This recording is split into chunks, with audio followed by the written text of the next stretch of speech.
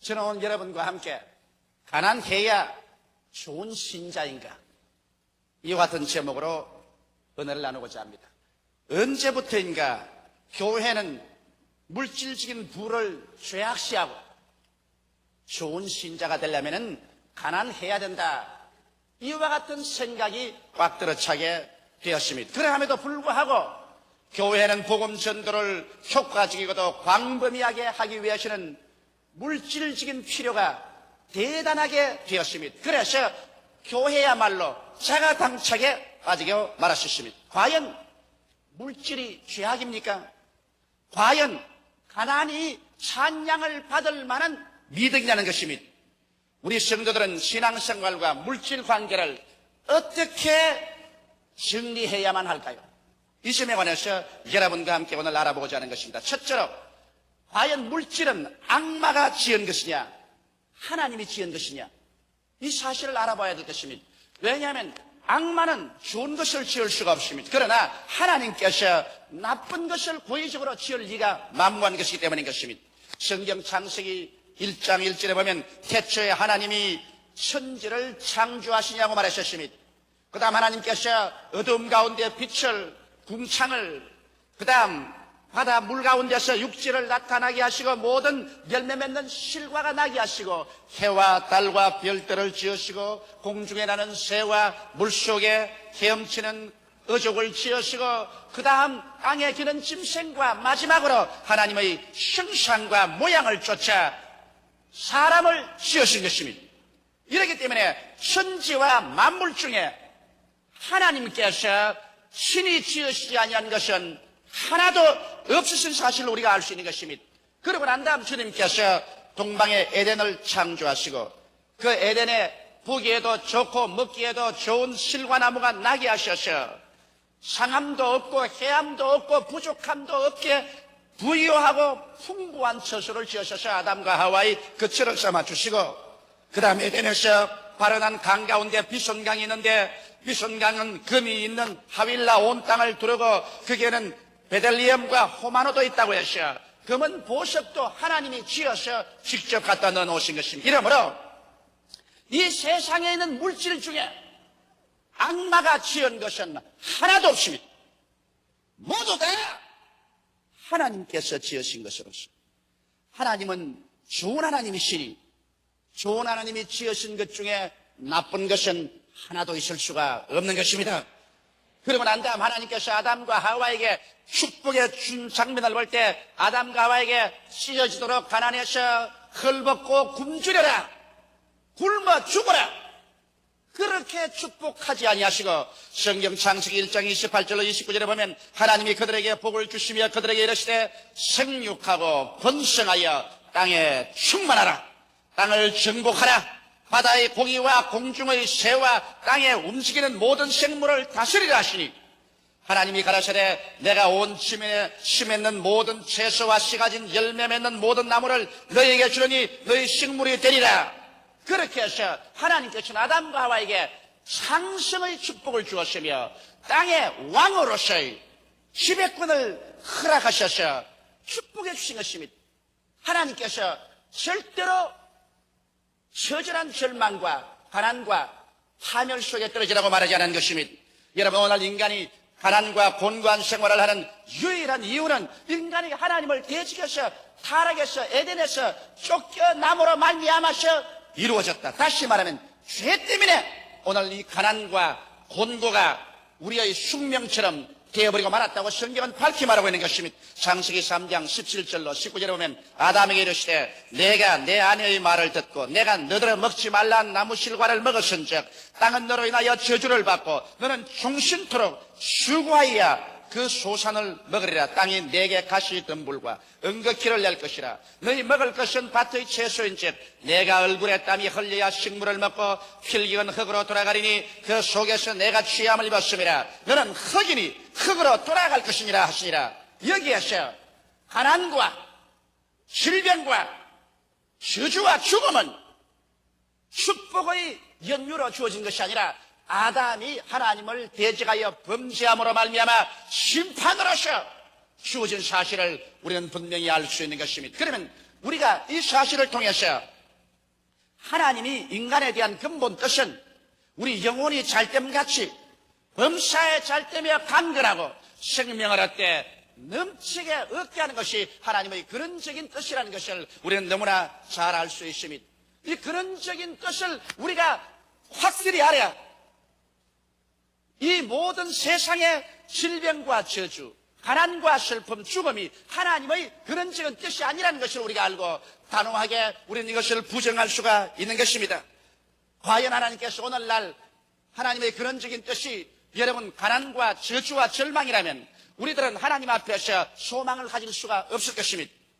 그러나 이 성경 말씀을 통해서 볼 때 하나님의 창조적인 근본적인 뜻은 여러분 가난과 저주와 절망에 있지 않습니다. 하나님께서는 얼마나 보기에도 아름답고 듣기에도 좋고 그리고 살기에도 영광스러운 천지와 만물을 지으시고 또 에덴 동산을 지으시고 그 속에 아담과 하와를 축복해서 살도록 그렇게 만들어 놓으신 것입니다. 그러면 둘째로 우리가 구약에서 하나님을 믿고 순종한 백성들을 살펴보아야 되겠습니다. 과연 하나님께서 가난과 저주가 하나님의 뜻이라면 구약시대 주의 백성들을 어떻게 하나님께서 섭리하시고 취급하셨는가 그 사실을 우리가 알아보아야 할 것입니다. 여러분 구약에서 하나님이 가장 선택하시고 주님의 사랑을 많이 받은 사람이 아브라함입니다. 아브라함은 나이 75세 때 하나님께서 영광 중에 나타나셔 하나님의 신이 사명을 감당할 자로 부르심을 받게 된 것입니다. 그럴 때 하나님이 아브라함을 부르실 때 어떠한 약속을 주셨나요? 하나님께서 가난과 저주와 절망과 죽음의 언약을 주셨나요? 그렇지 않습니다. 하나님께서 아브라함에게 약속하신 것은 창세기 12장 1절로 3절에 분명하게 기록되는 것입니다. 여호와께서 아브라함에게 이르시되 너는 너희 본토 친척 아비 집을 떠나 내가 네게 지시할 땅으로 가라. 내가 너로 큰 민족을 이루고 네게 복을 주어 내 이름을 창대케 하리니 너는 복의 근원이 될지라. 너를 축복하는 자에게는 내가 복을 내리고 너를 저주하는 자에게는 내가 저주하리니 땅의 모든 민족이 너를 인하여 복을 얻을 것입니다.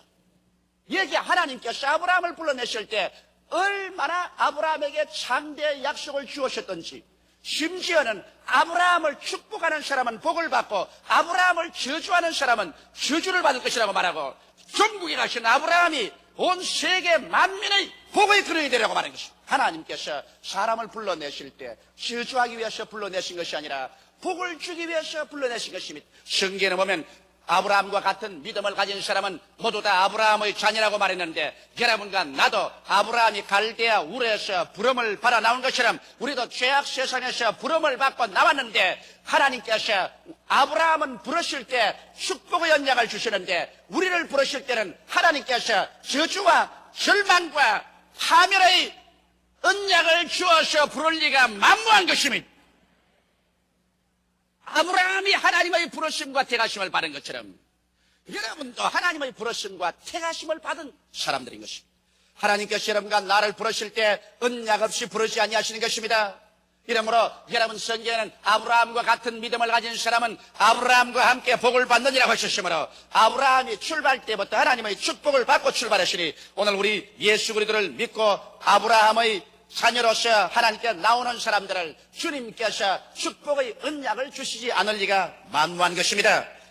성경에 보면 아브라함이 애굽에서 나올 때 아브라함에게 육축과 은금이 풍부하였다고 말하셨습니다. 사람들은 말하기를 사람이 육축과 은금이 풍부해서 부자가 되면 이 사람들은 세속적이고 그리고 신앙에는 부적합하라고 오늘날 사람들은 생각하고 있는 것입니다. 그렇다면 아브라함이야말로 가장 신앙에 부족한 사람이 되어야 되는 것입니다. 왜냐하면 그가 애굽에서 나올 때 성경은 분명히 말하기를 육축과 은금이 풍부했다고 말한 것입니다. 그럼에도 불구하고 성경은 말하기를 아브라함은 하나님의 벗이요 그리고 아브라함이야말로 믿음의 조상이라고 하나님께서 말씀한 것입니다. 그럼 우리 조상이 육축과 은금이 풍부했음에도 불구하고 하나님의 가장 사랑을 받고 하나님의 벗이라고 칭함을 받았으시니 그러므로 반드시 육축과 은금이 풍부하다고 해서 그 사람 세속적이고 그 사람은 신앙이 없고 그런 사람은 하늘나라에 부족하다고 생각하는 이러한 생각을 우리가 없애버려야만 되는 것입니다. 오늘날 이와 같은 생각을 도대체 어디에서 사람들이 가져왔는지 저는 이해하기가 곤란한 것입니다. 성경에 보면 아브라함의 아들은 이삭도 보십시다. 창세기 24장 36절에 보면 나의 주인의 부인 사라가 노년에 나의 주인에게 아들을 낳으며 주인이 그 모든 소유를 그 아들에게 주었나이. 그러므로 이삭은 출발할 때부터 아버지의 상속을 받아서 급으로서 출발했었습니다. 만일 부로서 출발하는 것이 하나님의 축복받지 못한 것이라면 이삭이야말로 그러면 하나님께 축복 못 받은 사람이 아니겠습니까? 그러나 오늘날 또 성경은 말하기를 하나님은 아브라함의 하나님, 이삭의 하나님, 야곱의 하나님이라고 칭하고 계신 것입니다. 창세기 26장 12절로 14절에 보면 이삭이 그 땅에서 농사하여 그해 100배나 얻었고 여호와께서 복을 주심으로 그 사람이 창대하고 왕성하여 마침내 거부가 되어 양과 소가 떼를 이루고 노복이 심히 많으므로 블레셋 사람이 그를 시기하여 그와 같이 기록하고 있는 것입니다. 여기에 성경이 말씀하신 것은 하나님의 택한 이삭은 여기에 보통 말이 아니라 창대하고 왕성하고 거부가 되라고 말한 것입니다. 만일 이런 것이 하나님의 뜻이 아니고 저주인 것 같으면 하나님께서 왜 하나님의 택한 자 이삭에게 이러한 축복을 줄 리가 있겠습니까? 그럼 우리가 하나님의 택한 자 야곱을 한번 보십시다. 야곱은 창세기 32장 10절에 그가 외아지 시집에서 고향 산천으로 돌아올 때 하나님께 엎드려 기도할 때 이렇게 말했습니다. 나는 주께서 주의 종에게 베푸신 모든 은총과 모든 진리를 조금이라도 감당할 수 없사오나 내가 지팡이만 가지고 이 요단을 건넜더니 지금은 2때나 이루었나이. 그가 20년 전에 지팡이만 들고 요단강을 건너서 외아지집으로 갔는데 20년 후에 돌아갈 때는 한때, 2때 바다에 모래 같은 짐승들을 거느리고 돌아갈 수 있었다고 그런 입으로 고백했습니다. 오늘날 또 하나님께서는 하나님의 성모를 칭하시되 아브라함의 하나님, 이삭의 하나님, 야곱의 하나님이라고 말한 것입니다. 그러면 아브라함과 이삭과 야곱을 섭리하신 하나님께서는 오늘날 우리들의 하나님인 것입니다. 이렇기 때문에 하나님께서 여러분과 나에게 부와 비와 창성을 주시기를 원하는 것이 하나님의 근원적인 뜻인 것입니다. 성경은 말씀하기를 하나님을 믿고 순종하는 자에게 하나님은 좋은 것을 아끼지 아니하실 것이라고 약속하신 것입니다. 하나님께서 430년 동안 애굽에서 종살이하던 이스라엘 백성들을 불러낼 때 주께서 주신 약속이 젖과 꿀이 흐르는 가나안 땅을 약속한 것입니다. 하나님께서 불러내실 때 환멸과 절망, 가난과 저주와 죽음의 가나안 땅으로 오라고 말하지 않으셨습니다. 젖과 꿀이 흐르는 가나안 땅으로 오라. 듣기만 해도 마음속이 긍정적이고 적극적이고 창조적이고 생산적이 되고 아유 어깨가 으쓱한 그러한 언약의 말씀을 주어서 이스라엘 백성을 불러내셨습니다. 그러면 안 되면 이스라엘 백성이 가나안 땅에 오셨을 때 주님께서 이스라엘 백성들에게 언약과 조건을 주셨습니다. 그 언약과 조건 가운데면 신명기 28장 1절 2절에 내가 내 하나님 여호와의 말씀을 삼가듯 내가 오늘날 내게 명하는 그 모든 명령을 지켜 행하면 내 하나님 여호와께서 너를 세계 모든 민족 위에 뛰어나게 하실 것이라. 내가 내 하나님 여호와의 말씀을 순종하면 이 모든 복이 내게 임하며 내게 미치리니 성읍에서도 복을 받고 들에서도 복을 받을 것이며 내 몸의 소생과 내 토지의 소산과 내 짐승의 새끼와 우양의 새끼가 복을 받을 것이며 내 광주리의 떡과 떡반죽 그릇이 복을 받을 것이며 내가 들어와도 복을 받고 나가도 복을 받을 것이니라. 그러나 여기에 또한 하나님을 불순종하고 배반하면 거기에 다가올 저주도 말씀했습니다. 신명기 28장 15절로 19절에 내가 만일 내 하나님 여호와의 말씀을 순종치 아니하여 내가 오늘날 내게 명하는 그 모든 명령과 규례를 지켜 행하지 아니하면 이 모든 저주가 내게 임하고 내게 미치리니 내가 성읍에서도 저주를 받으며 들에서도 저주를 받을 것이요 또 내 광주리와 떡반죽 그릇이 저주를 받을 것이요 내 몸의 소생과 내 토지의 소산과 내 우양의 새끼가 저주를 받을 것이며 내가 들어와도 저주를 받고 나가도 저주를 받으리라. 하나님께서 육의 선민에게 이와 같이 축복과 저주의 언약을 주셨는데 오늘날 우리 영의 선민들이 주를 믿고 나올 때 동일하게 하나님께서 좋은 언약으로 부르지 아니하실 리가 절대로 없는 것입니다. 실제로 그러면 크리스찬은 모두가 부자가 될 수 있는가? 그런 질문을 하실 것입니다. 부자라는 개념을 어떻게 가질까요? 여러분, 백만장자가 되는 것은 하나님의 특별하신 뜻이 아니면 모두 다 백만장자는 될 수 없는 것입니다. 그러나 우리 예수 믿는 사람들에게 출발 때부터 주님께서 약속하신 것이 있습니다. 그것은 시편 23편 1절의 말씀 것처럼 여호와는 나의 목자시니 내게 부족함이 없으리로다. 하나님께서 거부가 되겠다는 말씀은 안 했을는지 모르지만은 여러분과 내가 모두 다 부족함이 없는 삶을 살게 해주겠다고 여호와 우리 목자께서 약속해 놓으신 것입니다. 그뿐 아니라 마태복음 6장 11절에 보면 예수께서 우리가 하나님께 기도할 때 굶주리지 않는 삶, 일용할 양식을 달라고 기도하라고 말하십니다. 오늘날 우리에게 일용할 양식을 주옵시고, 그러므로 예수 믿는 사람치고 일용할 양식에 궁핍한 사람은 절대로 있어서는 안 됩니다. 일용한 양식이라는 것은 밥만 먹는 것이 일용한 양식이 아닌 것입니다. 매일매일 살아갈 집도 있어야 되고, 매일매일 입고 살아가야 할 옷도 있어야 되고, 신을 신도 있어야 되고, 그리고 일터에 나갔다 들어왔다 해야 될 차비도 있어야 되고, 여러 가지 하루를 살아가는 데 필요한 것은 하나도 남김없이 모두 다 공급을 받는 것이 하나님의 뜻이라고 성경은 말하고 있는 것입니다. 나아가서 빌립보서 4장 19절에 보면 우리의 필요가 채워지는 삶을 살아야 된다고 성경은 말하고 있습니다. 나의 하나님이 그리스도 예수 안에서 영광 가운데 그 풍성한 대로 너희 모든 쓸 것을 채우시리라.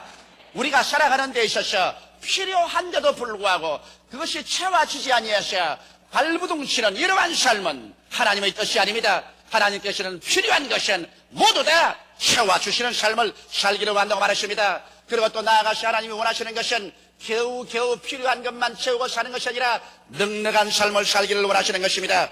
고린도후서 9장 8절로 10절에 보면 하나님이 능히 모든 은혜를 너희에게 넘치게 하시라니 이는 너희로 모든 일에 항상 모든 것이 넉넉하여 모든 착한 일을 넘치게 하려 하며 기록된 바 제가 흩어 가난한 자들에게 주었으니 그 의가 영원토록 있느니라 함과 같으니라. 심는 자에게 씨와 먹을 양식을 주시는 이가 너희 심은 것을 주사 풍성하게 하시고 너희 의의 열매를 더하게 하시리라. 이 성경 말씀 가운데 보면은 하나님께서는 우리에게 항상 모든 것이 넉넉해서 그 결과로 모든 착한 일을 넘치게 하려 하심이라고 말하는 것입니다. 여러분과 내가 아무것도 없으면 착한 일을 할 수가 없습니다. 성경에는 주는 자가 받는 자보다 복이 있다고 말하는 것입니다. 그러므로 여러분과 내가 복을 받기 위해서는 주는 자가 되고 남에게 손 내밀어서 부울한 자가 되지 말아야 될 것입니다. 이런데 우리에게 하나님께서 모든 것이 넉넉해야 모든 착한 일을 넘치게 할 수 있다고 말씀하고 있기 때문에 주님은 착한 일을 하도록 여러분과 나에게 넉넉하게 주시기를 원하시는 것입니다. 물론 넉넉하게 받고 난 다음에도 착한 일을 하지 아니하고 자기의 정욕 중심으로 자기 개인의 쾌락 중심으로 살게 되면 하나님께서는 주신 것도 빼앗아가겠죠. 우리 기독교 신자의 근본적인 생활 이념은 주기 위해서 살아야 되는 것입니다. 사랑도 주고 믿음도 주고 소망도 주고 기도도 주고 그리고 내가 넉넉한 가운데 물질도 남에게 나누어 주면서 살아야 여러분 우리의 참된 기독교 신앙생활이 될 수 있는 것입니다. 그러면 넷째로 착실한 신앙생활은 어찌할 수 없이 가난을 피해치워버리고 만다는 것을 우리는 확실히 할 수 있는 것입니다. 왜냐하면 사람들이 여러분 잘 살고 못 사는 것은 그 환경적인 것보다도 마음의 부의 자세에 달리는 것입니다. 독일의 부흥의 아버지라고 말하는 경제윤리학자 아르리스트는 말하기를 정신적인 자원 없이 물질적인 부흥은 있을 수가 없다고 말했습니다. 이렇기 때문에 먼저 물질적인 부를 가지고 계시는 그 개인이나 국민의 가슴 속에 정신적인 부가 있어야 하는 것입니다. 여러분 유명한 경제학자인 막스 웨버도 말하기를 구라파라 미국의 경제적인 부흥은 기독교 신앙 윤리에 섰기 때문에 이루어진 것이라고 말했습니다. 유명한 감리교 창설자 요한 웨슬레는 말하기를 감리교 신자들이 신앙생활을 착실히 하자 모두 다 부자가 되었다. 그래서 부자가 되고 난 다음 신앙에 열심히 식어질까 걱정이라고 말하셨습니다. 이러므로 우리가 착실한 신앙생활을 하게 되면 자연적으로 가난이 물러가게 되는 것은 그 신앙생활 가운데 부를 가져오는 내적 자원을 얻게 되는 것입니다. 예수를 믿고 하나님 중심으로 서게 되는 사람은 정직하게 살지요, 성실하게 일하지요, 근면하게 일하지요, 모든 생활에 절약을 하게 되는 것입니다. 그러면 정직, 성실, 근면, 절약하는 생활 가운데서 여러분 부가 축적되지 아니할 수가 없는 것입니다. 술 먹지 아니하고 담배 피지 아니하고 도박하지 아니하고 쓸데없는 육신의 오락 취하지 아니하고 그러고 난 다음 버는 대로 하나하나 저축돼 나가기 때문에 이러한 사람이 잘 살지 아니할 도리가 없게 되는 것입니다. 그뿐 아니라 우리 신앙생활 가운데는 가난과 저주가 이미 예수 그리스도의 십자가에서 속량되어 있기 때문에 예수를 믿고 나오자마자 여러분의 생활과 운명에 변화가 다가오지 아니할 수 없는 것입니다. 성경 고린도후서 8장 9절에 보면 예수 그리스도의 은혜를 너희가 알거니와 저가 부유하신 자로서 너희를 위하여 가난하게 되시면 그의 가난하심으로 말미암아 너희로 부유케 하리 하심이라고 말씀하고 있는 것입니다. 사람들은 말하기를 보아라 예수 그리스도도 얼마나 가난하게 살았느냐. 산새도 들 집이 있고 여우도 들 굴이 있지만 인자는 머리 둘 곳이 없다고 해서 일생을 가난하게 살았으니 예수 믿는 사람은 가난하게 사는 것이 미덕이라고 그렇게 말하는데 성경은 그렇게 말하고 있지 않습니다. 예수 그리스도의 은혜를 너희가 알거니와 저가 부유하신 자로서 너희를 위하여 가난하게 되셨다고 말씀하고 있는 것입니다. 여러분과 날 위해서 가난하게 되시면 그의 가난하심으로 인하여 너희로 부유케 하려 하심이라고 말씀하고 있는 것입니다.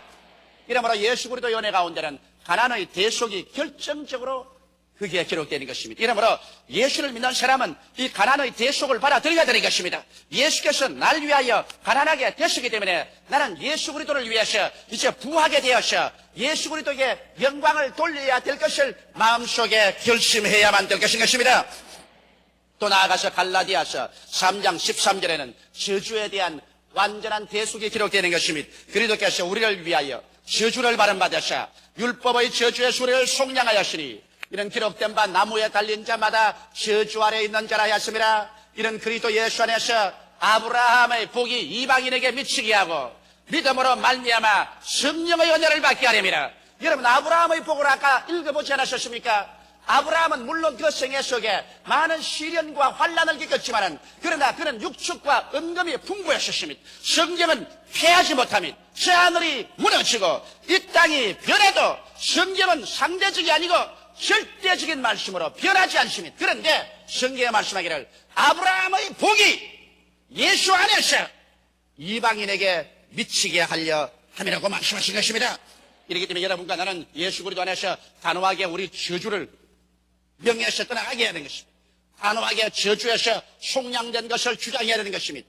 저주가 오면 여러분은 실패합니다. 개인적으로 실패하고 가정적으로 실패하고 사업적으로 실패하고 여러분의 일생이 낭패와 실망의 소용돌이 속에 빠져들어가고 가시체에 휘말리게 되는 것입니다. 그러나 예수께서 십자가에서 여러분과 나를 대신해서 저주를 받으셔 우리를 저주에서 속량했다고 분명하게 약속이기 때문에 이와 같은 약속의 말씀들이 예수 믿는 사람에게는 이제 가난과 저주에서 해방을 얻을 수 있는 합법적이고 당당한 약속이 되어서 이 말씀에 의지해서 눈에는 아무 증거 안 보이고 귀에는 아무 소리 안 들리고 손에는 잡히는 없어도 믿습니다라고 나갈 수가 있는 것입니다. 또 나아가서 11조의 언약은 변함없이 우리에게 주어졌습니다. 말라기 3장 10절로 12절에 보면 만군의 여호와가 이르노라 너희의 온전한 11조를 창고에 들여 나의 집에 양식이 있게 하고 그것으로 나를 시험하여 내가 하늘문을 열고 너희에게 복을 쌓을 것이 없도록 붙지 아니하나 보라. 만군의 여호와가 이르노라 내가 너희를 위하여 황충을 금하여 너희 토지 소산을 멸하지 않게 하며 너희 밭에 포도나무의 과실로 기한 전에 떨어지지 않게 하리니 너희 땅이 아름다워짐으로 열방이 너희를 복되다 하리라. 만군의 여호와의 말이니라. 만군의 여호와께서 나를 시험해보라고 말한 것입니다. 성경에는 하나님을 시험치 말라고 했는데도 불구하고 하나님은 당신 자신을 자진해서 여러분께 내어놓고 난 다음 날 시험해보라. 너희가 온전한 11조와 큰 물을 내게 드리고 내가 진짜로 하늘문을 열고 축복을 안지 보라. 그 하나님의 축복은 어떤 방법으로 하냐? 내 손으로 하는 모든 일에 축복을 내리겠다고 말한 것입니다. 여러분 우리가 하는 손으로 하는 일이 자꾸만 캥겨 들어가고 망하면 이길 장사가 없습니다. 그러나 성경은 여기 말하기를 하나님께서 손으로 하는 일에 축복을 주어서 황충이 들어오지 못해 소산을 멸하지 못하게 하며 포도나무가 과실로 기한전에 떨어지지 않게 한다. 그러므로 손으로 하는 일이 꽤 들어가서 되기도 전에 망하지 않도록 주님께서 보호해 주시겠다고 약속한 것입니다. 이래서 하나님이 같이 계시면 망할 자가 누가 있겠습니까? 이러한 사람은 머리가 되고 꼴이 되지 않고 위에 있고 아래 내려가지 않고 남에게 구워줄지라도 꾸지 않은 사람이 필령 될 수밖에 없는 것입니다. 이러한 사실들을 보게 될 때 우리 크리스천들은 이 세상에 살면서 거대한 부자가 되겠다는 언약은 아니겠지만은 모두 한 사람 한 사람이 가난과 저주에서는 면해 나오고 내 필요한 것은 채워지고 거기에 넘치도록 넉넉해져서 남에게 나누어 주고 구워 주고 착한 일을 넘치게 하면서 살 수 있도록 되는 것이 하나님의 근원적인 뜻인 것을 알 수 있는 것입니다.